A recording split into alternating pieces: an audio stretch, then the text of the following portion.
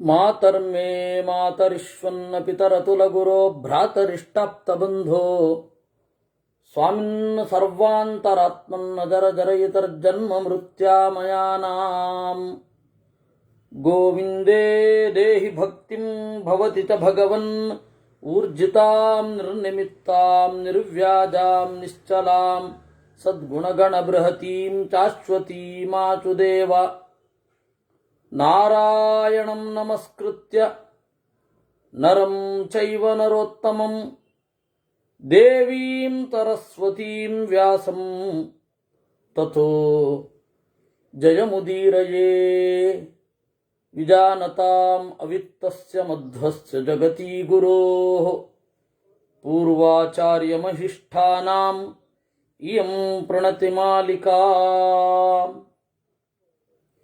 ಉಪಮನ್ಯು ಕೃಷ್ಣನಿಗೆ ಉಪದೇಶ ಮಾಡಿದ ಭಾಗ ಅನ್ನೋದನ್ನು ನಾವು ನೋಡಿದೆವು.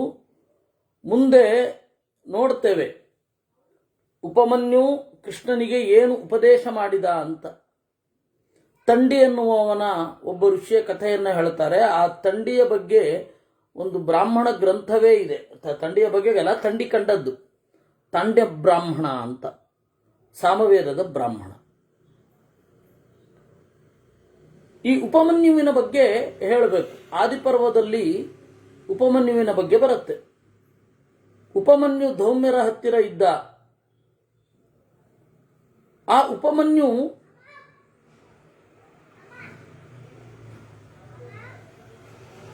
ದಷ್ಟಪುಷ್ಟವಾಗಿ ಇದ್ದ, ಒಳ್ಳೆ ಬಲಿಷ್ಠ ಶರೀರ. ನೋಡಿದ್ರು ಮಗು ಉಪಮನ್ಯು, ಯಾವುದರಿಂದ ನೀನು ಪುಷ್ಟನಾಗಿದ್ದಿ ಅಂತ ಕೇಳಿದ್ರು. ಮಗು ಉಪಮನ್ಯು, ಯಾವುದರಿಂದ ನೀನು ಬಲಿಷ್ಠವಾದ ಶರೀರವನ್ನು ಹೊಂದಿದ್ದಿ? ಗುರುಗಳೇ ಭಿಕ್ಷೆ ಬೇಡ್ತೀನಿ ಎಂದ. ಪಿವಾಸಿ ಕೇನ ಚರಸಿ, ಭಿಕ್ಷೆ ಬೇಡಿ ತಿಂತಾ ಇದ್ದೇನೆ ಎಂದ. ಇಲ್ಲ, ಭಿಕ್ಷೆ ತಂದು ನಾನು ಕೊಡಬೇಕು ಅಂದ್ರು ಗುರುಗಳು. ಅವಾಗ ಹೇಗಿತ್ತು ಅಂತ ಅನ್ನೋದಕ್ಕೆ ಆಯ್ತು, ಭಿಕ್ಷೆ ಬೇಡಿ ಕೊಟ್ಟ. ಕೆಲವು ದಿವಸ ಆದ್ಮೇಲೆ ನೋಡ್ತಾರೆ ಉಪಮನ್ಯು ಅದೇ ಲಟ್ಟ ಆಗಿ ಇದ್ದಾನೆ. ಎರಡನೇ ಬಾರಿ ಕೇಳಿದ್ರು, ಉಪಮನ್ಯೋ ಪಿವಾಸಿ ಕಿಂ ಭುಂಕ್ಷೆ ಇತಿ. ಅಲ್ಲಪ್ಪ, ನೀನು ಭಿಕ್ಷೆಯನ್ನು ನಾನು ತಂದು ಕೊಡ್ತಾ ಇದ್ದಿ, ಹೇಗೆ ಇಷ್ಟು ಬಲಿಷ್ಠವಾಗಿದ್ದಿ? ಏಕವಾರಂ ಚರಿತ್ವಾ ಅನ್ಯಚ್ಚರಾಮಿ ಎಂದ ಅವನು. ಒಂದು ಬಾರಿ ಕೇಳಿ ಎರಡನೇ ಬಾರಿ ಹೋಗ್ತಾ ಇದ್ದೇನೆ ಎಂದ. ಅದಕ್ಕೆ ಮಾ ವೃತ್ಯುಪರೋಧಂ ಕರೋಶೀರುಪಮನ್ಯೋ, ಆದಿಪರ್ವದಲ್ಲಿ ಬರುವ ಕಥೆ ಇದು. ವೃತ್ತಿಪರೋಧ ಬೇರೆಯವರಿಗಾಗತ್ತೆ, ಅದರಿಂದಾಗಿ ತಗೊಳ್ಬೇಡ. ಆಯಿತು. ಒಂದು ಸ್ವಲ್ಪ ದಿವಸ ಆದಮೇಲೆ ನೋಡಿದ್ರು ಉಪಮನ್ಯು ದಪ್ಪವಾಗೇ ಇದ್ದಾನೆ. ಅದಕ್ಕೆ ಅವರು ಹೇಳಿದ್ರು, ಭೈಕ್ಷಂ ಪ್ರತಿದದಾಸಿ, ಭಿಕ್ಷೆ ಕೇಳ್ತಾ ಇಲ್ಲ, ಕೊಟ್ಟುಬಿಡ್ತೀನಿ ನನಗೆ. ಎರಡನೇ ಬಾರಿ ಹೋಗಿ ಎರಡನೇ ಬಾರಿ ಕೇಳ್ತಾ ಇಲ್ಲ. ಯಾಕೆಂದ್ರೆ ಒಂದನೇ ಬಾರಿ ನಾನು ಹೇಳಿದ್ದೆ, ಎರಡನೇ ಬಾರಿ ಕೇಳಬೇಡ ಅಂತ ಹೇಳಿದ್ದೆ, ನೀನು ಕೇಳಲಿಲ್ಲ. ಆದರೂ ಕೂಡ ಒಳ್ಳೆ ಬಲಿಷ್ಠ ಆಗಿದ್ದೆ, ಹೇಗೆ ಅಂತ ಕೇಳಿದ್ರು. ಅದಕ್ಕೆ ಗವಾಂ ಕ್ಷೀರಂ ಪಿಬಾಮಿ ಇಂದ, ಹಾಲು ಕುಡಿತಾ ಇದ್ದೀನಿ, ಆ ಹಾಲು ಕುಡಿತಾ ಇರೋದ್ರಿಂದ ಗಟ್ಟಿಯಾಗಿದ್ದೀನಿ. ಯಾವ ಹಸು ಅಂದ್ರು. ಗುರುಕುಲದ ಹಸು ಗುರುಗಳೇ ಎಂದ. ಅಲ್ಲಪ್ಪ, ನನ್ನನ್ನು ಕೇಳದೆ ಹಾಲು ಕುಡಿಬಾರ್ದಲ್ವಾ? ನನ್ನನ್ನು ಕೇಳದೆ ಹಾಲು ಕುಡಿಬಾರದಲ್ವಾ? ಯಾಕೆ ಕುಡಿತಾ ಇದ್ದಿ? ಆಯಿತು, ಕುಡಿಲಿಲ್ಲ. ಮತ್ತೆ ಕರುಗಳಿಗೆ ಬೇಕಲ್ವಾ? ಆಯಿತು ಅಂದ. ಒಂದು ಸ್ವಲ್ಪ ದಿವಸ ಆದಮೇಲೆ ನೋಡ್ತಾರೆ ಮತ್ತೆ ಬಲಿಷ್ಠನಾಗೇ ಇದ್ದಾನೆ. ಆಗ ಅವ್ರು ಹೇಳಿದ್ರು, ಮೊದಲನೇ ಸರ್ತಿ ಭಿಕ್ಷೆಗೆ ಹೋಗ್ತಿ, ನನಗೆ ತಂದು ಬಿಡ್ತಿ. ಎರಡನೇ ಬಾರಿ ಹೋಗ್ತಾ ಇಲ್ಲ, ಹಾಲು ಕುಡಿತಾ ಇಲ್ಲ, ಮತ್ತೆ ಹೇಗೆ ಬಲಿಷ್ಠವಾಗಿದ್ದಿ? ಅದಕ್ಕೆ ಅವನು ಹೇಳಿದ, ಹಾಲು ಕುಡಿದು ಕರುಗಳು ಏನು ನೊರೆಯನ್ನ ಬಾಯಲ್ಲಿ ಬಿಡ್ತವೆ, ಆ ನೊರೆ ತಿಂತಾ ಇದ್ದೀನಿ, ಅದಕ್ಕೆ ಬಲಿಷ್ಠವಾಗಿದ್ದೇನೆ ಎಂದ. ಅದಕ್ಕೆ ಅವ್ರು ಹೇಳಿದ್ರು, ಅಲ್ಲಪ್ಪ, ಕರುಗಳು ನಿನ್ನ ಮೇಲಿನ ಕರುಣೆಯಿಂದ ಬಾಯಲ್ಲಿ ಹೆಚ್ಚು ನೊರೆಯನ್ನ ಉಂಟು ಮಾಡ್ತಾ ಇವೆ, ಅವುಗಳು ಹಾಲು ಕುಡಿದಿದ್ದೆಲ್ಲ ನೊರೆಯಾಗಿ ನಿನ್ನ ಬಾಯಿಗೆ ಬರ್ತಾ ಇದೆ, ಹಾಲು ಬಿಟ್ಟೇನು ಪ್ರಯೋಜನ, ಅದನ್ನು ತಗೋಬೇಡ ಅಂದ್ರು. ಅವನೇನು ಮಾಡಿದ, 3-4 ದಿವಸ ಉಪವಾಸ ಇದ್ಬಿಟ್ಟ. ಗುರುಗಳು ತಗೋ ಅಂತ ಹೇಳ್ತಾ ಇಲ್ಲ, ಭಿಕ್ಷೆಯನ್ನು ಕೊಡ್ತಾ ಇದ್ದಾನೆ, ಎರಡನೇ ಬಾರಿ ಕೇಳ್ತಾ ಇಲ್ಲ. ಬಹಳ ಹಸಿವು ತಡಿಲಿಕ್ಕಾಗದೆ ಅವನೇನು ಮಾಡಿದ, ಎಕ್ಕದೆಲೆಯನ್ನು ತಿನ್ಬಿಟ್ಟ. ಅರ್ಕಪತ್ರಾಣ್ಯ ಭಕ್ಷಯತ್, ಅರ್ಕಪತ್ರ. ಆ ಎಕ್ಕದೆಲೆ ಅದು ಬಹಳ ಉಷ್ಣ, ಕಣ್ಣೊಟ್ಟೋಯ್ತು. ದಾರಿಯಲ್ಲಿ ಹೋಗ್ತಾ ಒಂದು ಪಾಳು ಬಾವಿಯಲ್ಲಿ ಬಿದ್ದೋದ. ಇತ್ತ ಗುರುಗಳು ಒಂದು ದಿವಸ ಆದರೂ ಉಪಮನ್ಯುವಿನ ಪತ್ತೆ ಇಲ್ಲ. ಎಲ್ಲಿದ್ದಾನೆ ಉಪಮನ್ಯು ಅಂದ್ರು. ಗೊತ್ತಿಲ್ಲ ಅಂದ್ರು. ಅಯ್ಯೋ ಪಾಪ, ನಾನು ಯಾವ ರೀತಿಯಲ್ಲೂ ಹೊಟ್ಟೆಗೆ ಹಾಕಲಿಲ್ಲ, ಅದಕ್ಕೆ ಸಿಟ್ಟು ಬಂತೋ ಏನೋ ಅಂತ ಹೇಳಿ ಉಪಮನ್ಯೋ ವತ್ಸ ಅಂತ ಕೂಗ್ಕೊಂಡು ಬರ್ತಾ ಇದ್ದಾಗ, ಗುರುಗಳೇ ನಾನು ಇಲ್ಲಿದ್ದೇನೆ ಎಂದ.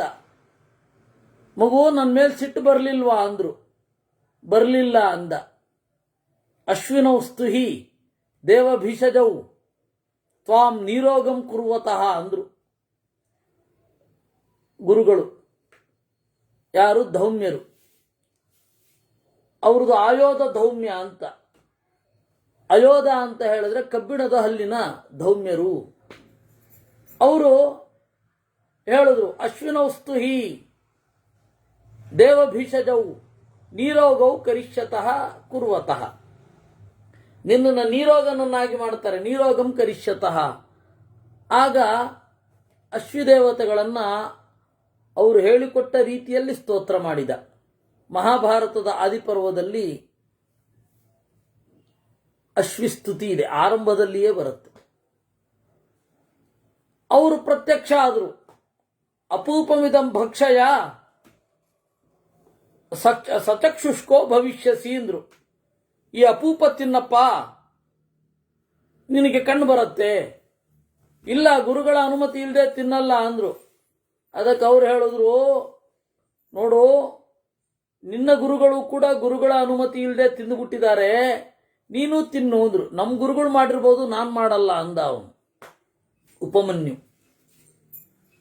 ಈ ತರಹ ಗುರುಕುಲವಾಸ ಆಗ. ಈಗೇನು ಸುಖ, ವಿದ್ಯಾರ್ಥಿಗೆ ಸುಖವೋ ಸುಖ. ಆಗ ಗುರುಕುಲವಾಸ ಬಹಳ ಕಷ್ಟ ಇತ್ತು ಅಲ್ವೇ? ಬಹಳ ಕಷ್ಟ ಇತ್ತು ಅವಾಗ. ಅದರಿಂದಾಗಿ ವಿದ್ಯೆಯ ಜೊತೆಗೆ ಒಂದು ತಾಳ್ಮೆ, ಒಂದು ವಿನಯ, ಅವುಗಳೆಲ್ಲ ಇರೋದು.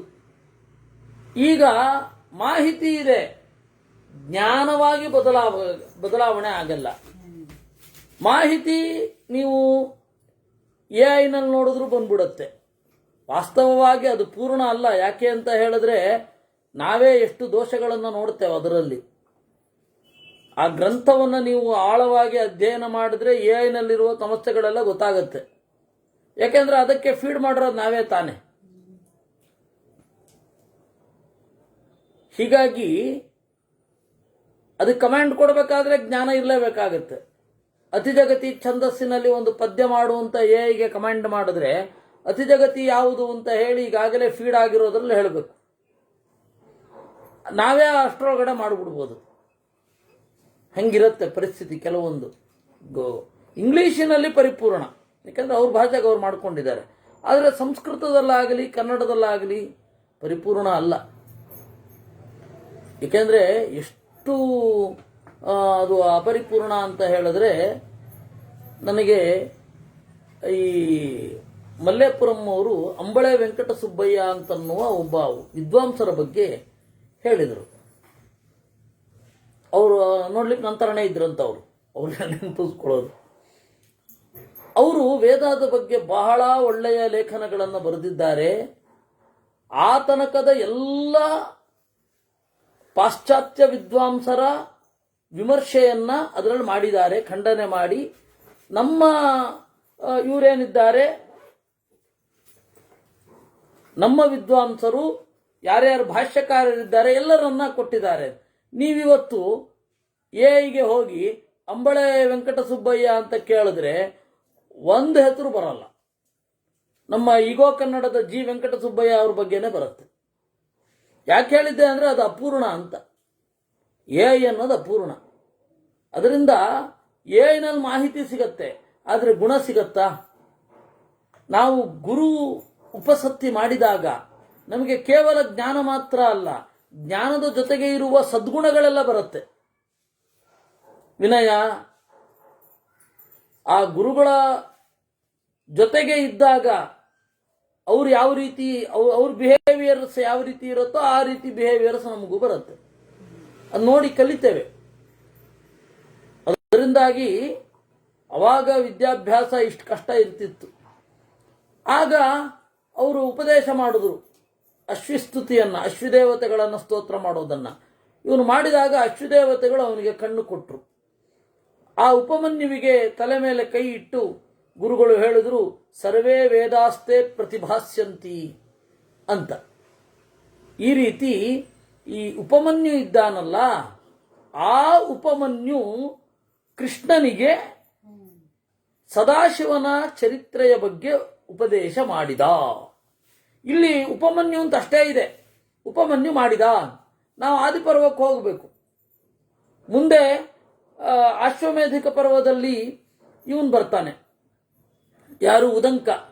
ಆ ಉದಂಕನ ಕಥೆ ಇನ್ನೂ ಬಹಳ ವಿಚಿತ್ರ. ಉದಂಕ ದುಡುಕಿದ, ಉದಂಕ ಸಿಟ್ಟು ಮಾಡ್ಕೊಳ್ತಾನೆ, ತಾಳ್ಮೆ ಇಲ್ಲ. ಯಾಕೆ ಅಂದ್ರೆ ಅವನಿಗೆ ಗುರು ಶುಶ್ರೂಷೆ ಇರಲಿಲ್ಲ. ಈ ಇವರೇ ಉಪಮನ್ಯು, ಅಯ್ಯೋ ನಾನು ಪಟ್ಟಷ್ಟು ಕಷ್ಟ ಯಾರು ಪಡಬಾರದು ಅಂತ ಹೇಳಿ ಮಕ್ಕಳಿಗೆ ಅವನಿಗೆ ಒಂದು ಚೂರು ಕೆಲಸ ಮಾಡಿಸ್ತಿಲ್ಲಂತೆ. ಕೆಲಸ ಮಾಡಿಸದೇ ಇದ್ದದ್ರಿಂದ ಉದಂಕನಿಗೆ ಯಾವ ಮಕ್ಕಳಿಗೂ ಮಾಡಿಸ್ತಿಲ್ಲ ಅವರು. ಆ ಒಂದು ವಿದ್ಯೆಯ ಜೊತೆಗೆ ಒಂದು ವಿನಯ, ಒಂದು ಸೇವಾ ಮನೋಭಾವ ಇದ್ಯಾವುದು ಬರಲಿಲ್ಲ. ಅದರಿಂದ ಕಾನೂನು ತಂದ್ರೆ ಪ್ರಯೋಜನ ಇಲ್ಲ. ಭ್ರಷ್ಟಾಚಾರ ಮಾಡಬಾರದು ಅಂತ ಕಾನೂನು ತಂದ್ರೆ ಪ್ರಯೋಜನ ಇಲ್ಲ. ಮಕ್ಕಳನ್ನ ಇಲ್ಲಿಂದ ಟ್ರೈನ್ ಮಾಡಬೇಕು, ಕಷ್ಟಪಡಬೇಕು. ಅವರು ಗುರುಗಳ ಕೈನಲ್ಲಿ ಪೆಟ್ಟು ತಿನ್ನಬೇಕು. ಹಾಗಂತ ಪೆಟ್ಟು ತಿನ್ಲಿಕ್ಕೆ ಕಾಯಬಾರದು, ಅದು ಬೇರೆ, ಹೇಳಬೇಕು. ಅದರಿಂದ ಅದನ್ನೆಲ್ಲ ಮಾಡ್ತಾ ಇದ್ದಾಗ, ಗುರು ಸೇವೆ ಮಾಡ್ತಾ ಇದ್ದಾಗ ಆ ಒಳ್ಳೆ ಗುಣಗಳು ಬರುತ್ತೆ. ಅದಕ್ಕೆ ಆರಂಭದಲ್ಲಿಯೇ 3 ಜನರ ಕಥೆಯನ್ನ ಹೇಳುತ್ತೆ. ಧೌಮ್ಯರ ಶಿಷ್ಯರ ಬಗ್ಗೆ ಹೇಳುತ್ತೆ. ಆ ಧೌಮ್ಯರ ಶಿಷ್ಯರ ಬಗ್ಗೆ ಆಮೇಲೆ ಮಹಾಭಾರತ ಕಥೆ ಶುರು. ಅಂದರೆ ಒಂದು ಇತಿಹಾಸವನ್ನು ಅರ್ಥ ಮಾಡ್ಕೊಳ್ಬೇಕಾದ್ರೆ, ಒಂದರ ನೈಜ ಸ್ವರೂಪವನ್ನು ಅರ್ಥ ಮಾಡ್ಕೊಳ್ಬೇಕಾದ್ರೆ ಗುರು ಶುಶ್ರೂಷೆ ಇರಬೇಕು. ಒಳ್ಳೆಯ ಸಂಗತಿಗಳನ್ನು ಅರ್ಥ ಮಾಡ್ಕೊಳ್ಬೇಕು. ಅದಕ್ಕೆ ಬೇಕಾದ ಒಳ್ಳೆಯ ಗುಣಗಳಿರಬೇಕು. ಅದೆಲ್ಲ ಉಪಮನ್ಯು ಅಂಥವರಲ್ಲಿ ಒಬ್ಬ. ಆ ಗುರುಗಳ ಅನುಗ್ರಹ ಏನಾಯಿತು ಅಂದರೆ, ಕೃಷ್ಣನೇ ಶಿವನ ಬಗ್ಗೆ ಹೇಳಿ ಅಂತ ಕೇಳೋ ಹಾಗಾಯಿತು. ಆಗ ಉಪಮನ್ಯು ಏನು ಕಥೆ ಹೇಳಿದ್ರು, ತಂಡಿ ಅಂತ ಒಬ್ಬ ಋಷಿ. ಆ ತಂಡಿ ಕಂಡ ಬ್ರಾಹ್ಮಣ ತಾಂಡ್ಯ ಬ್ರಾಹ್ಮಣ, ಸಾಮವೇದದ ಗ್ರಂಥ ತಾಂಡ್ಯ ಬ್ರಾಹ್ಮಣ ಅಂತ.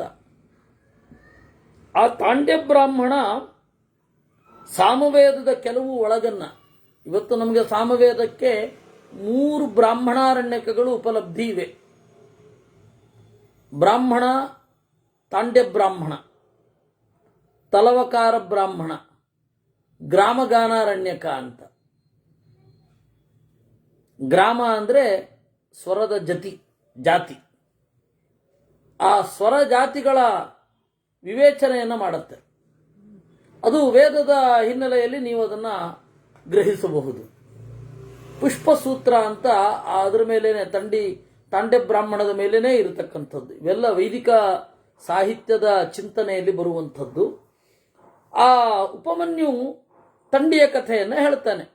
ಋಷಿರಾಸೀತ್ ಕೃತೆ ತಾತ ತಂಡಿರಿತ್ಯೇವ ವಿಶ್ರುತಃ. ತಂಡಿ ಋಷಿ ಬಹಳ ಹಿಂದೆ ಇದ್ದ. ದಶವರಚತಹಸ್ರಾಣಿ ತೇನ ದೇವ ಸಮಾಧಿನ. 10,000 ವರ್ಷಗಳ ಕಾಲ ತಂಡಿ ತಪಸ್ ಮಾಡದಂತೆ. ಆಗ ಸದಾಶಿವ ಮೈದೋರಿದ. ಸದೃಷ್ಟವಾನ್ ಮಹಾದೇವಂ ಅಸ್ತೌಷಿಚ್ಛ ಸ್ತವೈರ್ವಿಭುಂ. ದೀರ್ಘವಾಗಿ ಸ್ತೋತ್ರ ಮಾಡಿದ. ದೀರ್ಘವಾಗಿ ಸ್ತೋತ್ರ ಮಾಡ್ತಾ ಸದಾಶಿವನ ಬಗೆಗೆ ಹೇಳ್ತಾನೆ. ಪವಿತ್ರಾಣಾಂ ಪವಿತ್ರಂಚ ಗತಿರ್ಗತಿ ಮತಾಂಬರ. ಅವನು ಸ್ಮಶಾನದಲ್ಲಿ ಇರೋನು ಸದಾಶಿವ, ಆದರೆ ಪವಿತ್ರ. ಎಲ್ಲ ದಾರಿಗಳ ದಾರಿಯವನು. ದಾರಿಯಲ್ಲಿ ಸಾಗುವವರಿಗೆ ದಾರಿಯನ್ನು ಅನುಗ್ರಹಿಸುವವ ಅಂದರೆ ಮನೋನಿಯಾಮಕ ಅಂತ ಅರ್ಥ. ಎಲ್ಲ ತಪಸ್ಸಿನ ನಿಧಿ. ಮನಸ್ಸು ಇದ್ರೆ ಅಲ್ವಾ ತಪಸ್ ಮಾಡಲಿಕ್ಕಾಗುವುದು. ವಿಶ್ವಮಾಯ ಹಿರಣ್ಯಾಕ್ಷ ಪುರುಹೂತ ನಮಸ್ಕೃತ. ಭೂರಿ ಕಲ್ಯಾಣದ ವಿಭೋ ಪುರುಹೂತ ನಮೋಸ್ತುತೇ. ಜಗತ್ತಿನ ತುಂಬಿದವ ವಿಶ್ವಮಯನೇ ವಿಶ್ವಮಾಯ. ಎಲ್ಲರೂ ಕೂಡ ಮನಸ್ಸಿಲ್ಲದೆ ಇರ್ತಾರಾ? ವೃಕ್ಷದಿಂದ ಹಿಡಿದು, ಜಡ ಪದಾರ್ಥ ಬಿಟ್ಟು ವೃಕ್ಷದಿಂದ ಹಿಡಿದು ಇಂದ್ರನ ತನಕದ ಎಲ್ಲ ಮನಸ್ಸುಗಳಿಗೆ ನಿಯಾಮಕ. ಅದರಿಂದಾಗಿ ಹಿರಣ್ಯಾಕ್ಷ ಅಂತ. ಇದು ವಿಶ್ವಮಾಯ. ಹಿರಣ್ಯಾಕ್ಷ ಬಂಗಾರದ ಕಡೆಗೇನೇ ಮನಸ್ಸು. ಬಂಗಾರ ಯಾವುದು? ಒಬ್ಬೊಬ್ರಿಗೂ ಒಂದೊಂದು ಬಂಗಾರ. ಹಿತಂಚ ರಮಣೀಯಂಚ ಹಿರಣ್ಯಂ. ಹಿತವಾದದ್ದು ರಮಣೀಯವಾದದ್ದು ಯಾವುದೋ ಅದು ಹಿರಣ್ಯ. ಯಾವುದು? ಜ್ಞಾನಿಗಳಿಗೆ ಜ್ಞಾನವೇ ಹಿರಣ್ಯ. ಅಲ್ಲದವರಿಗೆ ಈ ಭೂಲೋಕದ ಹಿರಣ್ಯ. ಇನ್ನು ಕೆಲವರಿಗೆ ಯಾವುದು ಹಿರಣ್ಯ ಅಲ್ಲವೋ ಅದು ಹಿರಣ್ಯ. ಒಟ್ಟಾರೆ ಯಾವುದು ಹಿತ ಅನ್ಸತ್ತೋ, ಯಾವುದು ರಮಣೀಯ ಅನ್ಸತ್ತೋ ಅವರವರಿಗೆ ಅವರವರ ಮನಸ್ಸು ಅದ್ರ ಮೇಲಿರುತ್ತೆ. ಮಕ್ಕಳಿಗೆ ಹಿತ ಮತ್ತೆ ರಮಣೀಯ ಯಾವುದು ಅಂದರೆ ಆಟ. ಆಮೇಲೆ ಹೀಗೆ ಒಬ್ಬೊಬ್ರಿಗೊಂದೊಂದು ಹಿತವೂ ರಮಣೀಯವೂ. ವಯಸ್ಸಾಗ್ತಿದ್ದ ಹಾಗೇನೆ ಅದು ಬೇರೆ ಬೇರೆ ಹಿತ ರಮಣೀಯ ಬದಲಾಗ್ತಾ ಹೋಗುತ್ತೆ. ಅಲ್ಲಿ ಎಲ್ಲ ಗುರಿ ಮನಸ್ಸಿಗೆ ಇರುತ್ತೆ, ನಾವು ಅದನ್ನು ಪಡಿಬೇಕು ಅಂತ. ಹಾಗೆ ಇವನು ಹಿರಣ್ಯಾಕ್ಷ. ವೇದವೆಂಬ ಬಂಗಾರದಲ್ಲಿ ಕಣ್ಣು ನೆಟ್ಟವ. ಹಿರಣ್ಯಾಕ್ಷ ಪುರುಹೂತ ನಮಸ್ಕೃತ. ಇಂದ್ರನಿಂದಲೂ ವಂದ್ಯನಾದವ. ಭೂರಿ ಕಲ್ಯಾಣದ ವಿಭೋ ಪುರುಹೂತ ನಮೋಸ್ತುತೇ. ಬಹಳ ಮಂಗಳವನ್ನುಂಟು ಮಾಡುವವ. ವಿಭೋ ಹಿರಿಯರಿಂದ ಕರೆಯಲ್ಪಡುವವ. ಪುರುಭೀ ಹೂಯತೆ. ಜನಿ ಮರಣಭೂತಾನಾಂ ದ್ವಿಜಾನಾಂ ಯತತಾಂ ವಿಭೋ ನಿರ್ವಾಣದ ತಹತ್ರಾಂಚೋ ನಮಸ್ತೆಸ್ತು ಸುಖಾಶ್ರಯ. ಜನನ ಮರಣ ಇವುಗಳಲ್ಲಿ ತೊಡಗಿದ ಬ್ರಾಹ್ಮಣರಿಗೆ ನಿರ್ವಾಣ ಮುಕ್ತಿಯನ್ನು ಕೊಡುವವ. ಏಕೆಂದರೆ ವಿದ್ಯಾಂ ಮಹೇಶ್ವರಾದಿಚ್ಛೇತಂತ. ವಿದ್ಯೆಯನ್ನು ಸದಾಶಿವನಿಂದ ಪಡಿಬೇಕು. ಮನಸ್ಸು ಒಂದು ಕಡೆ ತಲ್ಲೀನ ಆದರೆ ಮುಗಿತಲ್ಲ, ವಿದ್ಯೆ ಬಂತು ಅಂತ ಅರ್ಥ. ಅದರಿಂದ ನಿರ್ವಾಣದ ಸಹಸ್ರಾಂಶೋ ಸುಖಾಶ್ರಯ. ಶಂಕರ ಅಲ್ವಾ? ಶಂ ಆನಂದವನ್ನು ಕರ ಮಾಡುವವ. ಸುಖಾಶ್ರಯ ಮನಸ್ಸು ನೆಮ್ಮದಿಯಾಗಿದ್ದರೆ ನೆಮ್ಮದಿ. ನಾನು ಹಿಂದೆ ಸುಭಾಷಿತ ರತ್ನ ಭಾಂಡಾಗಾರವನ್ನು ನೋಡ್ತಾ ಇದ್ದಾಗ ನಿನ್ನೆಯೋ ಮೊನ್ನೆಯೋ ನೋಡ್ತಾ ಇದ್ದಾಗ ಒಂದು ಸುಭಾಷಿತ ಕಣ್ಣಿಗೆ ಬಿತ್ತು. ಬಹಳ ಚೆನ್ನಾಗಿರೋ ಸುಭಾಷಿತ. ಅಲ್ಲಿ ಹೇಳ್ತಾರೆ,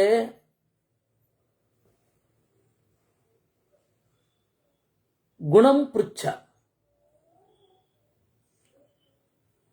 ಪೃಚ್ಛಸ್ವ ಮಾಕುಲಂ, ಗುಣಂ ಪೃಚ್ಛಸ್ವ ಮಾರೂಪಂ. ಗುಣ ಕೇಳು, ರೂಪವನ್ನ ಕೇಳಬೇಡ. ಶೀಲಂ ಪೃಚ್ಛಸ್ವ ಮಾಕುಲಂ, ಶೀಲವನ್ನ ಕೇಳು, ಕುಲವನ್ನ ಅಲ್ಲ. ಧನಂ ಪೃಚ್ಛಸ್ವ, ವಿದ್ಯಾಂ ಪೃಚ್ಛಸ್ವ, ಸಿದ್ಧಿಂ ಪೃಚ್ಛಸ್ವ ಮಾ ವಿದ್ಯಾಂ, ಭೋಗಂ ಪೃಚ್ಛಸ್ವ ಮಾ ಧನಂ ಅಂತ. ಸಿದ್ಧಿಯನ್ನ ಕೇಳು, ಎಷ್ಟು ಓದಿದಿ ಅಂತ ಕೇಳಬೇಡ. ಓದಿದ್ದು ಸಿದ್ಧಿ ಆಗ್ಬೇಕಲ್ವ. ಸಿದ್ಧಿಂ ಪೃಚ್ಛಸ್ವ ಮಾ ವಿದ್ಯಾಂ, ಭೋಗಂ ಪೃಚ್ಛಸ್ವ ಮಾ ಧನಂ.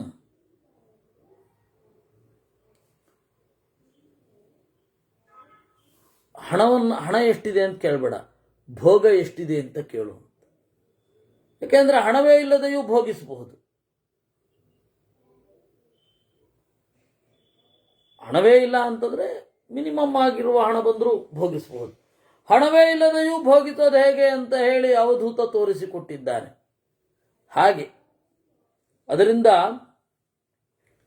ಅವನಿಗೆ ಶಂಕರ ಅಂತ ಸುಖಾಶ್ರಯ ಅದನ್ನೆಲ್ಲ ಕೊಟ್ಟವ. ಅವನು ಅದರ ಜ್ವಲಂತ ನಿದರ್ಶನ. ಬಂಗಾರದಲ್ಲಿ ಕಣ್ಣಿದೆ, ಬರಿಮೈಯಲ್ಲಿ ತಿರುಗಾಡುತ್ತಾನೆ. ಈ ವೈರುಧ್ಯ ಅವನಿಗೆ ಮಾತ್ರ ಇರುವುದು. ಮಧ್ಯದಲ್ಲಿ ಒಂದು ಪ್ರಶ್ನೆ, ಪುರುಹೂತ ನಮಸ್ಕೃತ ಅನ್ನೋದಕ್ಕೆ ನೀವು ಹೇಳಿದ್ರಿ ಇಂದ್ರನಿಂದ ನಮಸ್ಕೃತ ಅಂತ. ಪುರುಹೂತ ಅಂದ್ರೆ ದೊಡ್ಡವರಿಂದ ಕರೆಯಲ್ಪಟ್ಟವ ಅಂದ್ರಿ. ಇಬ್ಬರಿಗೂ ಪುರುಹೂತ ಅಂತ ಕರೆಯೋದೆ? ಶಿವನಿಗೂ ಪುರುಹೂತ, ಇಂದ್ರನಿಗೂ ಪುರುಹೂತ ಅಂತ ಕರೆಯೋದೆ ಅಂತ ನಮ್ಮ ದಿಲೀಪರ ಪ್ರಶ್ನೆ, ರತ್ನಾಕರರ ಪ್ರಶ್ನೆ. ಇದು ಸಾಪೇಕ್ಷ.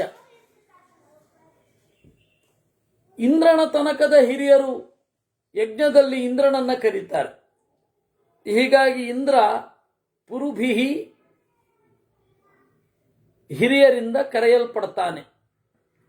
ಇನ್ನು ಇಂದ್ರನೇ ಮೊದಲಾದವರು ಇವನನ್ನು ಕರೀತಾರೆ. ಹೀಗಾಗಿ ಅವನು ಪುರುಹೂತ. ಪುರುಹೂತ ಅಂದ್ರೆ ದೊಡ್ಡವರಿಂದ ಕರೆಯಲ್ಪಟ್ಟವ ಅಂತ. ಆ ದೊಡ್ಡವರನ್ನ ಸಾಪೇಕ್ಷವಾಗಿ ಅರ್ಥ ಮಾಡಿಕೊಳ್ಬೇಕು.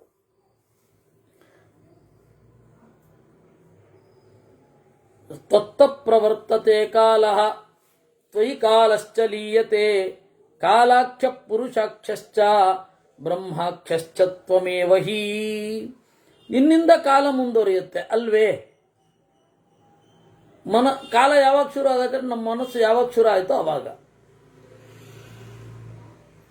ಈಗ ಕಾರ್ಬನ್ ಡೇಟಿಂಗ್ ಮಾಡಿದ್ರು ಕೂಡ, ಕಾರ್ಬನ್ ಡೇಟಿಂಗ್ ಮಾಡ್ತಾರೆ ಅಂತ ಇಟ್ಕೊಳ್ಳಿ.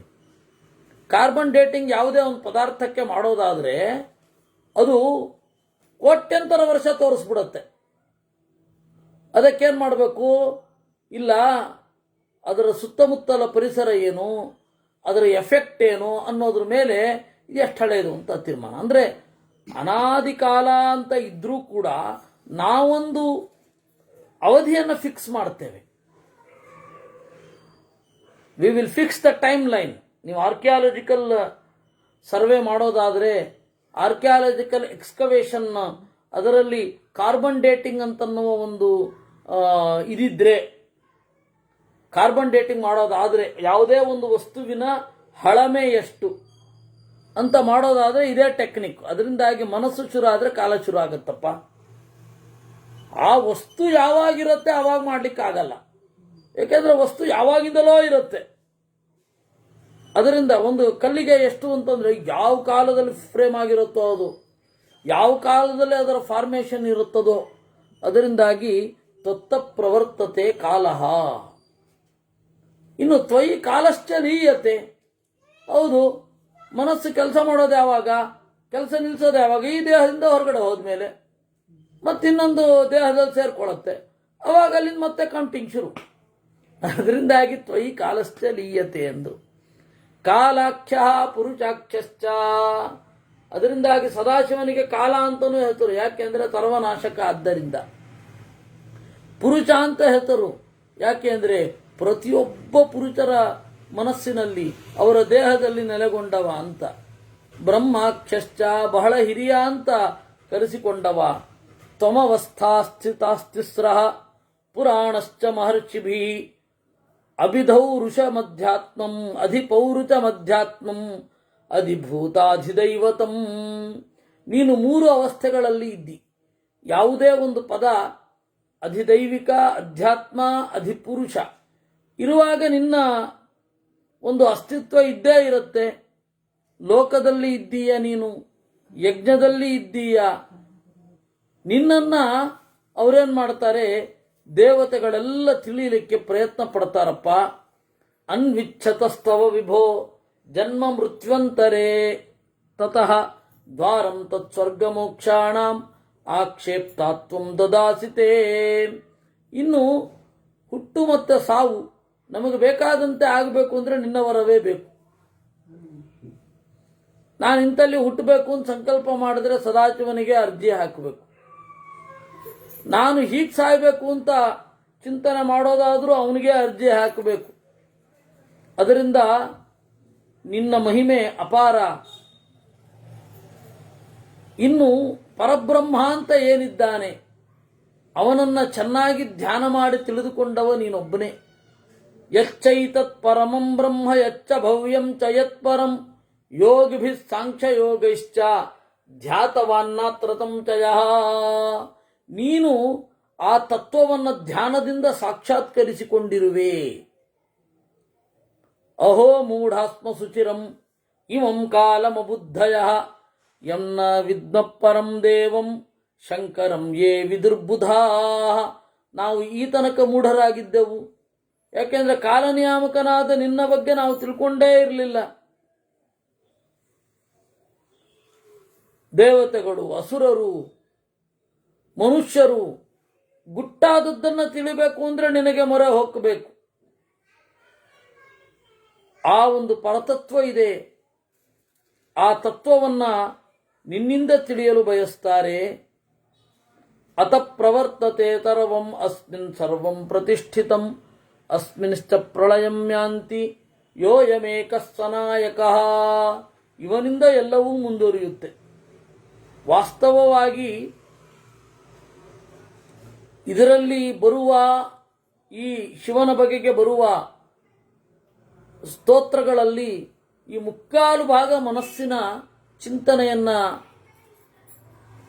ಮಾಡಲಿಕ್ಕೆ, ಅಂದ್ರೆ ಮನಸ್ಸಿಗೂ ಸದಾಶಿವನಿಗೂ ಅನ್ವಯ ಆಗುವ ವಿಶೇಷಣಗಳು. ಇನ್ನು ಆ ದೇವನನ್ನ ಮಾತ್ರ ಕುರಿತಾದ ಸ್ತೋತ್ರ ಬರ್ತದೆ. ಸದಾಶಿವನನ್ನ ಹೇಳ್ತಾರೆ, ಯಾರನ್ನ ತಿಳಿದ್ರೆ ಪುನರ್ಜನ್ಮ ಇಲ್ವೋ, ಯಾರನ್ನ ತಿಳಿದ್ರೆ ಮತ್ತೆ ಮರಣ ಇಲ್ವೋ ಅಂತಹ ವೇದ್ಯನನ್ನ ತಿಳಿಬೇಕು ಅಂದ್ರೆ ನಿನ್ನ ಅನುಗ್ರಹದಿಂದ ಸಾಧ್ಯ. ಅಯಂ ಚ ಪಿತೃಯಾನಾನಾಂ ಚಂದ್ರಮಾದ್ವಾರ ಮುಚ್ಚತೆ ಏಷಾ ತಾತ ಗತಿಶ್ಚಿತ್ರ ಸಂವತ್ಸರ ಯುಗಾದಿಷು. ನೋಡಿ, 2 ದ್ವಾರಗಳಿದೆ, ಸೂರ್ಯದ್ವಾರ ಮತ್ತೆ ಚಂದ್ರದ್ವಾರ ಅಂತ. ಸೂರ್ಯನ ಮೂಲಕ ಹೋದವನು ಮರಳಿ ಬರುವುದಿಲ್ಲ, ಚಂದ್ರನ ಮೂಲಕ ಸಾಗಿದವನು ಮರಳಿ ಬರ್ತಾನೆ. ಆ ಸೂರ್ಯ ಹಾಗೂ ಚಂದ್ರರು ನಿನ್ನ ಪ್ರತೀಕದಲ್ಲಿ ಮಿಗಿಲಾದವರು. ಅದನ್ನು ಪಂಡಿತಾಚಾರ್ಯರು ಎಷ್ಟು ಚಂದ ಮಾಡಿ ಸಂಗ್ರಹಿಸಿದ್ದಾರೆ. ರಸ ಘನರಥ ಅನಲ ನಿಲವಿಯದ್ವಿವಸ್ವದ್ವಿಧು ಪ್ರಯಷ್ಟುಷು ನಿವಿಷ್ಟಮಿತ್ಯಜ ಭಜಾಮಿ ಮೂರ್ತ್ಯಷ್ಟಕಂ ಅಂತ 8 ರೂಪಗಳು ದೇವರದ್ದು, ಸದಾಶಿವನದ್ದು. ರೂಪ ಅಂದರೆ ಪ್ರತೀಕ, ಸನ್ನಿಧಾನ. 8 ಪ್ರತಿಮೆ. ರಸ ಭೂಮಿ, ಘನ ರಸ, ಘನ ಅಂದರೆ ಮೋಡ, ಮೋಡದ ರಸ ಅಂದರೆ ನೀರು. ರಸ ಘನ ರಸ, ಅನಲ ಬೆಂಕಿ, ಗಾಳಿ, ವಿಯತ್ ಆಕಾಶ, ಪಂಚಭೂತಗಳಾಯ್ತು. ರಸ ಘನ ರಥ ಅನಲ ನಿಲ ವಿಯದ್ ವಿವಸ್ವದ್ವಿಧು ವಿವಸ್ವತ್ ಸೂರ್ಯ, ವಿಧು ಚಂದ್ರ, ಪ್ರಯಷ್ಟ ಸಾಧಕನಾದ ಜೀವ. ಈ 8 ಪ್ರತೀಕಗಳು ನಿನ್ನವು. ಈ 8 ಪ್ರತಿಮೆಗಳಲ್ಲಿ ಸದಾಶಿವನನ್ನು ನೋಡಬಹುದು. ಇದನ್ನ ಬ್ರಹ್ಮಸೂತ್ರ ಭಾಷ್ಯದಲ್ಲಿಯೂ ಮಧ್ವಾಚಾರ್ಯರು ಹೇಳಿದ್ದಾರೆ. ಅಷ್ಟಮೂರ್ತಿತ್ವಾಚ್ಚ ಪ್ರೋಕ್ತೆ ರುದ್ರಸ್ಯ ಅಂತ. ಅಷ್ಟಮೂರ್ತಿತ್ವ ಅವನಲ್ಲಿ ಇದೆ, ಅದನ್ನ ಇಲ್ಲಿ ನಿರೂಪಣೆ ಮಾಡ್ತಾರೆ. ಈ ರೀತಿ ಆ ತಂಡಿ ಇದ್ದಾನಲ್ಲ, ಅವನು ಉತ್ಕಟವಾಗಿ ಆರಾಧನೆ ಮಾಡಿದ. ಆಮೇಲೆ ಏನು ಬರಬೇಕು ಅಂತ ಕೇಳಿದ್ರೆ, ಒಳ್ಳೆ ಋಷಿ ಬರಬೇಕು ಅಂದ. ಆ ತಂಡಿಯ ಮಗ ತಾಂಡಿಲ್ಯ ಅಂತ. ಅವನಿಗೆ ನಾಮಕರಣ ಆಯಿತು, ಎಲ್ಲ ಸಂಸ್ಕಾರಗಳಾಯಿತು. ಅವನು ಬಂದಾಗ ಎಲ್ಲರೂ ಬಂದಿದ್ರು. ಆ ತರಹದ ಒಂದು ಮಹಿಮೆ. ಯಾಕೆ ಅಂದರೆ ಸದಾಶಿವನ ಅನುಗ್ರಹ ಉತ್ಕಟವಾಗಿ ಇರೋದ್ರಿಂದ. ಸದಾಶಿವನ ಪ್ರೀತಿ ಅನ್ನೋದು ಯಾವ ರೀತಿ ಪರಿಣಾಮ ಆಗತ್ತೆ. ಈ ತರಹದ ತಂಡಿ ಮಗನನ್ನು ಪಡೆದದ್ದು ಸದಾಶಿವನ ಅನುಗ್ರಹದಿಂದ. ಆ ಸದಾಶಿವ ತಂಡಿಗೆ ಹೀಗೆ ಹೇಳಿದ: ಅಜರಶ್ಚಾವ್ಯಯಶ್ಚೈವ ಭವಿತಾ ದುಃಖವರ್ಜಿತಃ ಯಶಸ್ವಿ ತೇಜಸಾ ಯುಕ್ತೋ ದೇವಜ್ಞಾನತಮನ್ವಿತಃ ಋಷೀಣಾಮಭಿಗಮ್ಯಸ್ತ್ವಂ ಸೂತ್ರಕರ್ತಾ ಸುತಸ್ತವಾ. ನಿನ್ನ ಮಗ ಸೂತ್ರವನ್ನು ಬರೆಯುವಷ್ಟು ದೊಡ್ಡವನಾಗ್ತಾನೆ. ಸೂತ್ರ ಬರೆಯೋದು ಅಂತ ಹೇಳಿದ್ರೆ ಅಪಾರವಾದ ಜ್ಞಾನ ರಾಶಿಯನ್ನ ಸ್ವಲ್ಪವೇ ಶಬ್ದದಲ್ಲಿ ಹಿಡಿದಿಡುವ ತಾಕತ್ತನ್ನ ಸೂತ್ರ ಅಂತ ಕರೀತಾರೆ. ಇವಾಗ ಈ ಹೊರಗಡೆಯ ವಿದ್ಯೆಯನ್ನು ಓದಿದವರು, ಇಂಗ್ಲಿಷಿನಲ್ಲಿ ಓದಿದವರು ಸಂಕ್ಷಿಪ್ತವಾಗಿ ಹೇಳಿದ್ರೆ ಒಪ್ಕೊಳ್ಳೋಲ್ಲ. ವಿಸ್ತಾರವಾಗಿ ಹೇಳಬೇಕು ಅಂತ ಅದಕ್ಕೆ PPT ಅಂತ ಒಂದು ಮಾಡಿಸ್ತಾರೆ. ಅದು ದಡ್ಡತನದ ಸಂಕೇತ. ಯಾಕೆಂದ್ರೆ ಇವ್ರ ಮಾತು ಕೇಳ್ತಾ ಇರ್ತಾರೋ, ಇವ್ರು ಅದನ್ನೇ ಓದಿ ಹೇಳ್ತಾರೋ, ಇವ್ರು ಅದನ್ನು ಈ ಮಾತು ಕೇಳಿ ಅದನ್ನು ನೋಡ್ತಾ ಇರ್ತಾರೋ, ಇವ್ರ ಮಾತೇ ಅರ್ಥ ಆಗಲ್ಲ. ನಮ್ಗೆ ಸಂಸ್ಕೃತದವ್ರಿಗೆ ಹಾಗನ್ಸತ್ತಪ್ಪ. ನಿಮಗೆ PPT ಅನ್ನೋದು ಒಂದು ಅದ್ಭುತ ಪವರ್ ಪಾಯಿಂಟ್ ಪ್ರೆಸೆಂಟೇಷನ್ನು ಅಂತ ಹೇಳಿ ಅದ್ರ ಬಗ್ಗೆ ಬಹಳ ಒಲವು, ನಿಲುವು, ಗೌರವ ಎಲ್ಲ ಇರಬಹುದು. ಆದರೆ ಪ್ರಾಚೀನ ಭಾರತದ ಸಂಸ್ಕೃತದ ಪರಂಪರೆಯಲ್ಲಿ ಅಧ್ಯಯನ ಮಾಡಿದ ನನ್ನಂಥವರಿಗೆ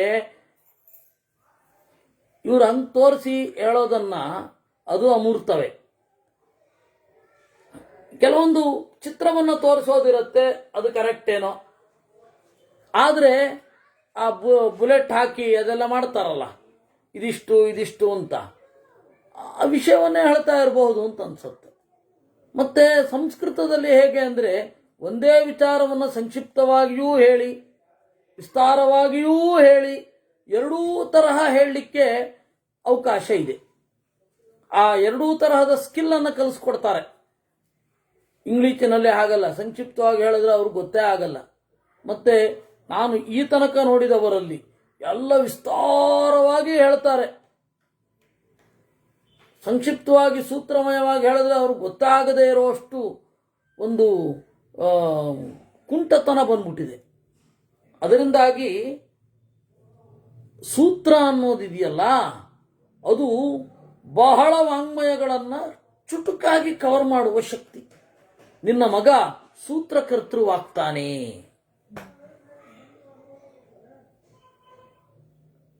ಋಷೀಣಾಂ ಅಭಿಗಮ್ಯಸ್ತ್ವಂ. ಆಮೇಲೆ ಋಷಿಗಳೆಲ್ಲ ನಿನ್ನ ಬಳಿ ಜ್ಞಾನಕ್ಕಾಗಿ ಅಂತ ಬರ್ತಾರೆ. ಋಷೀಣಾಂ ಅಭಿಗಮ್ಯ ತ್ವಂ. ನಿನ್ನ ಮಗನ ಕಾರಣದಿಂದ ನೀನು ಕೂಡ ಆ ರೀತಿ ಆಗ್ತ. ಮತ್ರಸಾದಾದ್ವಿಜ ಶ್ರೇಷ್ಠ ಭವಿಷ್ಯತಿ ನತಂಚಯ. ನಿನಗೇನು ಬೇಕು ಕೇಳು ಅಂದಾಗ ತಂಡಿ ಹೇಳಿದಂತೆ ನಿನ್ನ ಭಕ್ತಿ ಬೇಕು ಸಾಕು. ಯಾವಾಗ ತಂಡಿಗೆ ಹೀಗೆ ಅನುಗ್ರಹ ಆಯಿತು, ಅವನು ಕಣ್ಮರೆಯಾದ. ತಂಡಿ ಋಷಿ ಆಶ್ರಮಕ್ಕೆ ಬಂದ. ಆ ತಂಡಿಯೇ ನನಗೆ ಹೇಳಿದ ಕಥಾ. ಅದನ್ನ ಈ ಶಿವನಿಗೆ 1000 ಹೆಸರುಗಳಿದೆ. ಈ ತಂಡಿಯಿಂದ ನೇರವಾಗಿ ನಾನು ಕೇಳಿದೆ ಅಂತ ಉಪಮನ್ಯು ಹೇಳುತ್ತಾನೆ. ಆಗ ನಾನು ಕೇಳಿದೆ, ಕೃಷ್ಣ ಹೇಳೋದು, ನಾನು ಕೇಳಿದೆ ಉಪಮನ್ಯುವಿಗೆ ಆ 1000 ಹೆಸರುಗಳನ್ನ ಹೇಳಿ ಅಂತ. ಆಗ ಆ 1000 ಹೆಸರುಗಳನ್ನ ಹೇಳಿದ.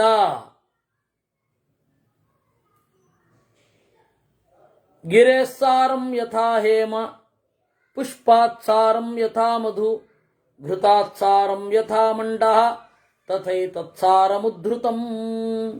ಇಲ್ಲಿ ನೀವು ಸಾರವನ್ನ ತಿಳಿದುಕೊಳ್ಳಬೇಕು. ಬೆಟ್ಟದ ಸಾರ ಯಾವುದು? ಬಂಗಾರ. ಹೂವಿನ ಸಾರ ಯಾವುದು? ಜೇನು. ಘೃತಾತ್ಸಾರಂ ಯಥಾ ಮಂಡಃ. ತುಪ್ಪದ ಸಾರ ಏನು? ಆ ತಿಳಿ ಕರಟಗಳನ್ನು ಬಿಟ್ರೆ, ಆ ಚರಟ ಬಿಟ್ರೆ ಆ ತಿಳಿಯಾದ ತುಪ್ಪ. ತಥೈ ತತ್ಸಾರಮುದ್ಧೃತಂ. ಹಾಗೆ ಸದಾಶಿವನ ಒಂದು ನಾಮ ಏನಿದೆ ಅದು ಎಲ್ಲ ವಸ್ತುಗಳ ಸಾರ. ಶಾಂತಿಕಂ ಪೌಷ್ಟಿಕಂ ಚೈವ ರಕ್ಷೋಘ್ನಂ ಪಾವನಂ ಮಹತ್. ಶಾಂತಿಯನ್ನು ಕೊಡುತ್ತೆ, ಪುಷ್ಟಿಯನ್ನು ಕೊಡುತ್ತೆ, ರಕ್ಕಸರನ್ನು ದೂರ ಓಡಿಸುತ್ತೆ.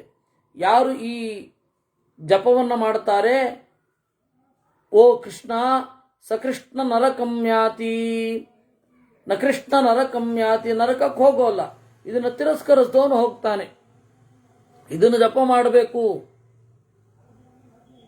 ಇದನ್ನು ಹೇಳಬೇಕು. ನಿಗದಿಶ್ಯೇ ಮಹಾಪುಣ್ಯಂ ಸ್ತವಾನಾಮುತ್ತಮಂ ಸ್ತವಂ ಅಂತ. ಅದು ಈ ರುದ್ರನ ನಾಮ 1008 ಸ್ಥಿರಸ್ಥಾಣು ಪ್ರಭುರ್ಭಾನು ಪ್ರವರೋ ವರದೋ ವರಹ ಸರ್ವಾತ್ಮ ಸರ್ವವಿಖ್ಯಾತ ಸರ್ವಕರ್ಮ ಕರೋ ಭವಃ ಅಂತ ಹೇಳಿ ಶುರು ಆಗತ್ತೆ. ಇದನ್ನು ನಾನು ಹೇಳೋಲ್ಲ, ಅಲ್ಲಿ ಹೇಳುತ್ತೇನೆ. ಶ್ಮಶಾನಚಾರಿ ಭಗವಾನ್ ಖಚರೇಶ ಸ್ಮರಾರ್ದನಃ. ಶ್ಮಶಾನಚಾರಿ, ಮಸಣದಲ್ಲಿ ತಿರುಗಾಡೋದು. ಮಸಣದಲ್ಲಿ ತಿರುಗಾಡುವ ಒಂದು ಸಮಸ್ಯೆ ಯಾಕೆ ಬಂತು ಅಂತ ಹೇಳ್ತೇನೆ. ರುದ್ರದೇವರು ಗರ್ಭಿಣಿಯೊಬ್ಬಳನ್ನು ಕೊಂದರಂತೆ. ಯಾವ ಕಾಲದಲ್ಲಿ ನಡೆದದ್ದು, ಅವಳು ಯಾರು, ಯಾಕೆ ಕೊಂದರು ಅದೆಲ್ಲ ಗೊತ್ತಿಲ್ಲ. ಪುರಾಣದಲ್ಲಿ ಎಷ್ಟಿದೆಯೋ ಅಷ್ಟೇ ಹೇಳ್ತೇನೆ. ಆ ಗರ್ಭಿಣಿಯನ್ನು ಕೊಂದೋದು ಮಹಾಪಾಪ. ಗರ್ಭಿಣಿಯನ್ನು ಕೊಂದರೆ ಭ್ರೂಣ ಹತ್ಯೆ. ಅದರಿಂದಾಗಿ ಗರ್ಭದ ಒಳಗಡೆ ಕೊಲ್ಲೋದು, ಅಂದರೆ ಹೆಣ್ಣುಮಗು ಅಂತ ಹೇಳಿ ಕೊಲ್ಲೋದು, ಮಗು ಹುಟ್ಟಿದ ಕೂಡಲೇ ಕೊಂದು ಬಿಡೋದು, ಇವೆಲ್ಲ ಭ್ರೂಣ ಹತ್ಯೆ ಮಾಡಬಾರ್ದು. ಆ ಗರ್ಭಿಣಿಯನ್ನು ಕೊಂದದ್ರಿಂದಾಗಿ ಒಂದು ಮೊದಲನೇದ್ದು ಸ್ತ್ರೀ ಹತ್ಯೆ, ಅದು ಗರ್ಭಿಣಿ ಸ್ತ್ರೀ ಹತ್ಯೆ. ಅದಕ್ಕೆ ದೇವರು ಹೇಳಿದಂತೆ ಪ್ರಾಯಶ್ಚಿತ್ತ ಮಾಡ್ಕೋಬೇಕು ಅಂತ. ಏನು ಪ್ರಾಯಶ್ಚಿತ್ತ ಅಂದರೆ ಸ್ಮಶಾನದಲ್ಲಿ ತಿರುಗಾಡಬೇಕು. ಇದು ಮೊದಲನೆಯದ್ದು. ಎರಡನೆಯದ್ದು 6 ರಿಂದ 7 ದೇವರ ಧ್ಯಾನ ಮಾಡದ, ಮಲ್ಕೊಂಡಿರುವ ಅಥವಾ ಇನ್ನಷ್ಟು ನಿಷಿದ್ಧವಾದ ಕೆಲಸದಲ್ಲಿ ತೊಡಗಿರುವ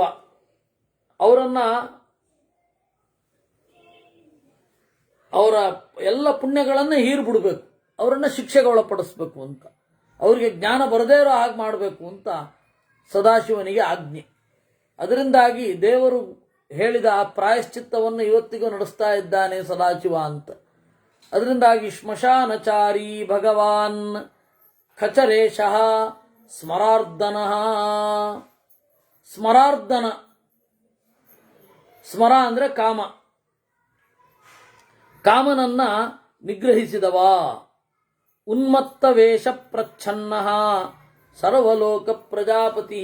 ಜಗತ್ತಿನ ಮೊದಲ ಅವಧೂತ ಯಾರು ಅಂತಂದ್ರೆ ಸದಾಶಿವ. ಯಾಕೆ ಅಂದರೆ ಉನ್ಮತ್ತ ವೇಷ ಪ್ರಚ್ಛನ್ನಃ, ಹುಚ್ಚಂತರಹ ವೇಷ ಹಾಕೊಂಡಿರ್ತಾನಂತೆ. ಗುರುತಿಸ್ಲಿಕ್ಕೆ ಆಗಲ್ಲ ಸದಾಶಿವನನ್ನ. ಶುದ್ಧವಾದ ಅರಿವಿದ್ರೆ ಮಾತ್ರ ಆಗೋದು. ಇದು ವಿಚಿತ್ರವಾದ ಅವನ ಗುಣ.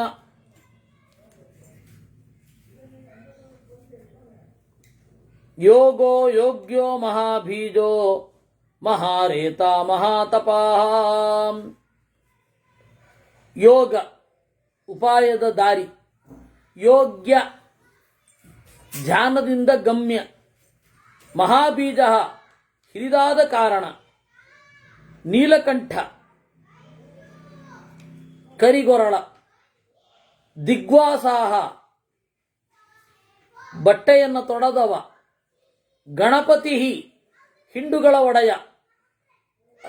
ನಮಗೆ ಇವಾಗ ವಿಘ್ನ ಅಂತನೊಬ್ಬ ಗಣಪತಿ, ಆ ತರಹದ ಗಣಪತಿಗಳು ಬೇಕಾಷ್ಟು ಜನ ಇದ್ದಾರೆ. ಕಮಂಡಲವನ್ನು ಧರಿಸಿದವ,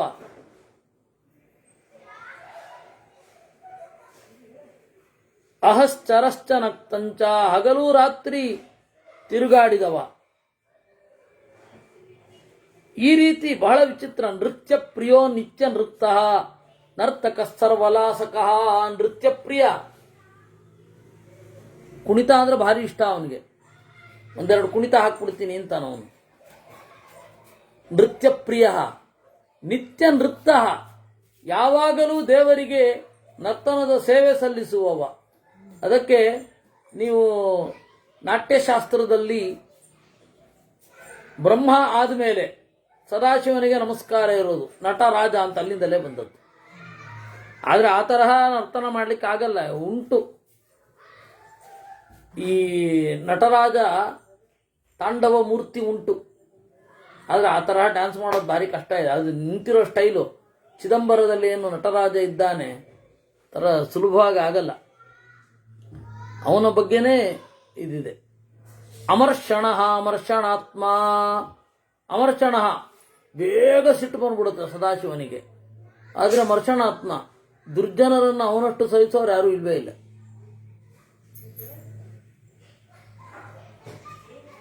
ಕ್ಷೇಮೇಂದ್ರ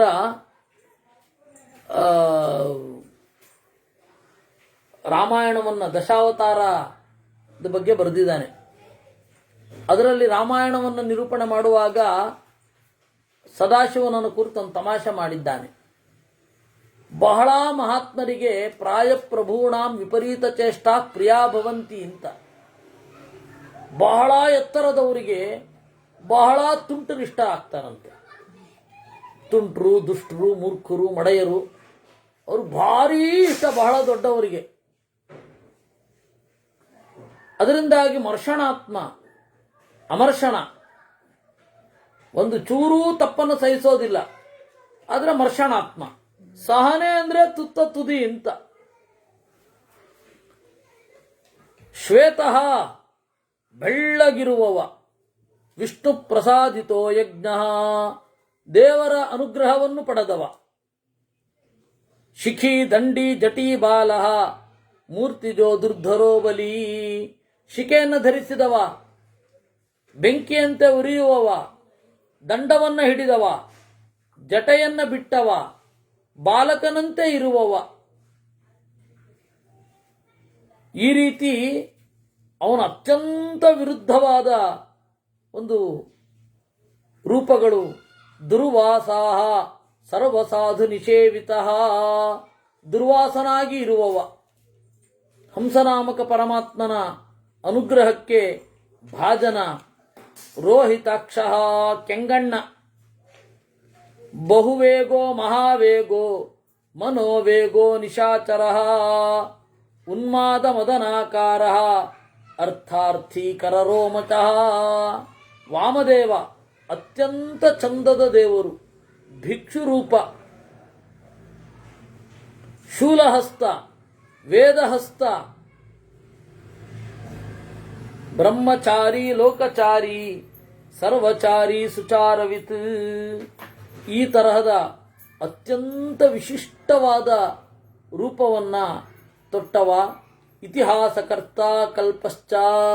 ಇತಿಹಾಸಕರ್ತ ಹೌದು, ಶುಕಾಚಾರ್ಯರಾಗಿ ಗಂಧರ್ವರಲ್ಲಿ ಮಹಾಭಾರತವನ್ನು ಹೇಳಿದವ. ಆಮೇಲೆ ಮುಂದಿನ ಮನ್ವಂತರದಲ್ಲಿ ಮಹಾಭಾರತವೆನ್ನುವ ಇತಿಹಾಸವನ್ನ ಜಗತ್ತಿಗೆ ಕೊಟ್ಟವ. ಅಷ್ಟು ವಿಶಿಷ್ಟ ಅವನು.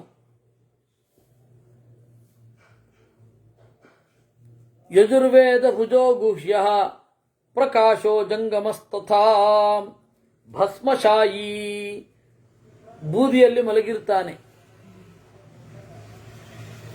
ಚೆನ್ನಾಗಿ ಮೈಗೆ ಬೂದಿಯನ್ನು ಹಚ್ಚಿಕೊಂಡಿರ್ತಾನೆ. ಅದನ್ನೇ ಇವರೆಲ್ಲರೂ ಕೂಡ ಅನುಸರಿಸಿದ್ದು. ನಾಗಾ ಸಾಧುಗಳು ಅಂತೇನು ಹೇಳ್ತಾರೆ, ಅದು ಅವರು ಅನುಸರಿಸಿದ್ರು. ಈ ರೀತಿ ಬಹಳ ವಿಶಿಷ್ಟ ಅವನು. ಅದರಿಂದ ವಪುರಾವರ್ತಮಾನೀಚ ಸರ್ವಶ್ರೇಷ್ಠ ಮಹಾಪಥ ಶಿರೋಹಾರಿ, ಕಪಾಲವನ್ನು ಇಟ್ಕೊಂಡು ತಿರುಗ್ತಾ ಇರ್ತಾನೆ. ಶೈಲಹಾರಿ, ಬೆಟ್ಟವನ್ನೇ ಮುರಿಯುವವ. ನ್ಯಾಯ, ಚಿತ್ರಪುತ್ರ, ವಿಚಿತ್ರವಾದ ಮಕ್ಕಳು ಅವನಿಗೆ. ಎಲ್ಲ ದುಷ್ಟರನ್ನು ಮಕ್ಕಳಂತೆ ಲಾಲಿಸ್ತಾನೆ. ಅಷ್ಟರ ಮಧ್ಯೆ ಉಮಾಪತಿ, ಕಾಲನಿಯಾಮಕ, ದೇವನಿಯಾಮಕ. ಈ ರೀತಿ ಕಡೇ ಎದ್ದು ವಿಮುಕ್ತೋ ದೀಪ್ತ ತೇಜಾಶ್ಚ ಶ್ರೀಮಾನ್ ಶ್ರೀವರ್ಧನೋ ಗಜಃ ಅಂತ ಕೆಲವೆಲ್ಲ ಅವನ ಅಂತರ್ಯಾಮಿಯನ್ನು ಕುರಿತಾದ ಸ್ತೋತ್ರ, ಕೆಲವೆಲ್ಲ ನೇರ ಅವನಿಗೆ ಸಲ್ಲಿಸುವಂಥದ್ದು. ಈ ತರಹ ಇದೆ. ಈ ರೀತಿ ಶಿವನನ್ನ ಸ್ತೋತ್ರ ಮಾಡಿದ ಯಾರು ಇದನ್ನು ಪಠನ ಮಾಡ್ತಾರೆ ಅವರು ಒಳ್ಳೆ ಭಕ್ತರಾಗಿ ಸದಾಶಿವನ ಒಂದು ಅನುಗ್ರಹವನ್ನು ಪಡಿತಾರೆ. ತಂಡಿ ಇದನ್ನು ಶುಕ್ರನಿಗೆ ಹೇಳಿದ. ಆಮೇಲೆ ವೈವಸ್ವತನಿಗೂ ಹೇಳಿದ, ವೈವಸ್ವತ ಮನುವಿಗೆ. ಗೌತಮನಿಗೂ ಹೇಳಿದ. ಆಮೇಲೆ ನಾರಾಯಣನಿಗೆ ಹೇಳಿದ್ದು. ಸಾಧ್ಯ ನಾರಾಯಣ ಅಂತೊಬ್ಬ, ನಾರಾಯಣರಲ್ಲಿ ಇಬ್ಬರಿದ್ದಾರೆ. ಅಂತರ್ಯಾಮಿ ನಾರಾಯಣ ಅಂತ ಹೇಳಿದ್ರೆ ನಾರಾಯಣ ಅನ್ನುವ ಪರಮಪುರುಷ ಲಕ್ಷ್ಮೀಪತಿ ನಾರಾಯಣನನ್ನ ಅಂತರ್ಯಾಮಿ ನಾರಾಯಣ ಋಷಿ ಅಂತಾರೆ. ನೀವೀಗ ಪುರುಷ ಸೂಕ್ತದ ಋಷಿ ಯಾರು ಅಂದ್ರೆ ಅಂತರ್ಯಾಮಿ ನಾರಾಯಣೋ ಋಷಿ. ನಾರಾಯಣ ಮಂತ್ರದ ಋಷಿ ಯಾರು ಅಂದ್ರೆ ಅಂತರ್ಯಾಮಿ ನಾರಾಯಣೋ ಋಷಿ ಅಂತ. ಸಾಧ್ಯ ನಾರಾಯಣ ಅಂತ ಒಬ್ಬ ಋಷಿ, ಅವನನ್ನು ಸಾಧ್ಯ ನಾರಾಯಣ ಅಂತ ಕರೀತಾರೆ. ಆ ಸಾಧ್ಯ ನಾರಾಯಣನಿಗೆ ಹೇಳಿದ ಸಾಧನ ಅನ್ನುವವ. ಅವನು ಮನುವಿಷ್ಟ ಅಂತನ್ನವನಿಗೆ ಹೇಳಿದ. ಅವನು ಯಮನಿಗೆ ಹೇಳಿದ. ಸಾಧ್ಯ ನಾರಾಯಣನ ಪರಂಪರೆ ಹೀಗೆ ಬಂದು ಆ ವೈವಸ್ವತ ಯಮ ನಚಿಕೇತನಿಗೆ ಹೇಳಿದ. ನಚಿಕೇತ ಮಾರ್ಕಂಡೇಯನಿಗೆ ಹೇಳಿದ. ಮಾರ್ಕಂಡೇಯ ನನಗೆ ಹೇಳಿದ್ದಾನೆ ಅಂದ್ರೆ ಉಪಮನ್ಯುವಿಗೆ. ನಾನು ನಿನಗೆ ಹೇಳಿದ್ದೇನೆ, ನಿನಗೆ ಅಂದ್ರೆ ದೇವರಿಗೆ. ಇಲ್ಲಿ ಇದನ್ನ ಯಾರು ಪಠನೆ ಮಾಡ್ತಾರೆ ಅವರಿಗೆ ಯಕ್ಷರು ರಾಕ್ಷಸರು ಮೊದಲಾದವರು ಕಾಟವೇ ಇಲ್ಲ. ಅವನು ಅಶ್ವಮೇಧ ಯಾಗ ಮಾಡಿದಷ್ಟು ಪುಣ್ಯ ಅಂತ ಹೇಳುವಲ್ಲಿಗೆ 23ನೆಯ ಅಧ್ಯಾಯ. ಇದನ್ನು ಹೇಳಿದ ಮೇಲೆ ಎಲ್ಲ ಋಷಿಗಳು, ವೇದವ್ಯಾಸರು, ನಾಲಂಪಾವನ ಅಂತ ಒಬ್ಬ ಋಷಿ, ವಾಲ್ಮೀಕಿ ಅಂತ ಒಬ್ಬ ಋಷಿ, ಜಾಮದಗ್ನ್ಯ, ಅಸಿತ ದೇವಲ, ಗೃತ್ಸಮದ, ಆಯ್ತಾ, ವರಿಷ್ಠ, ಶಕ್ರ, ಮಹಾದೇವ ಅಂತ ಒಬ್ಬ ಋಷಿ, ಜೈಗೀಶವ್ಯ, ಪರಾಶರ, ಮಾಂಡವ್ಯ, ಆಮೇಲೆ ಗಾಲವ, ಗಾಲವನ ತಾಯಿ, ಗಾಲವನ ತಂದೆ, ಸ್ವಯಂ ಶ್ರೀಕೃಷ್ಣ, ಎಲ್ಲರೂ ಕೂಡ ಸದಾಶಿವನ ಬಗ್ಗೆ ಒಳ್ಳೆ ಮಾತುಗಳನ್ನು ಆಡ್ತಾರೆ. ಆಮೇಲೆ ಅಷ್ಟಾವಕ್ರನ ಕಥೆ ಮತ್ತೆ ಶುರು ಆಗತ್ತೆ. ಅಷ್ಟಾವಕ್ರನ ವಿಚಿತ್ರವಾದ ಕಥೆ, ಹೆಣ್ಣು ಮತ್ತೆ ಗಂಡುಗಳ ವಿಚಿತ್ರವಾದ ಸ್ವಭಾವ, ಅದರಲ್ಲಿಯೂ ಹೆಣ್ಣಿನ ವಿಚಿತ್ರವಾದ ಸ್ವಭಾವವನ್ನ ನಿರೂಪಣೆ ಮಾಡ್ತಾರೆ 25ನೆಯ ಅಧ್ಯಾಯದಲ್ಲಿ. ಅದನ್ನೆಲ್ಲ ನಾಳೆ ನೋಡೋಣ ಅಂತ ಹೇಳ್ತಾ ಇವತ್ತಿನ ಚಿಂತನೆಯನ್ನ ದೇವರಲ್ಲಿ ಅರ್ಪಿಸೋಣ. ಕೃಷ್ಣಾರ್ಪಣಮಸ್ತು.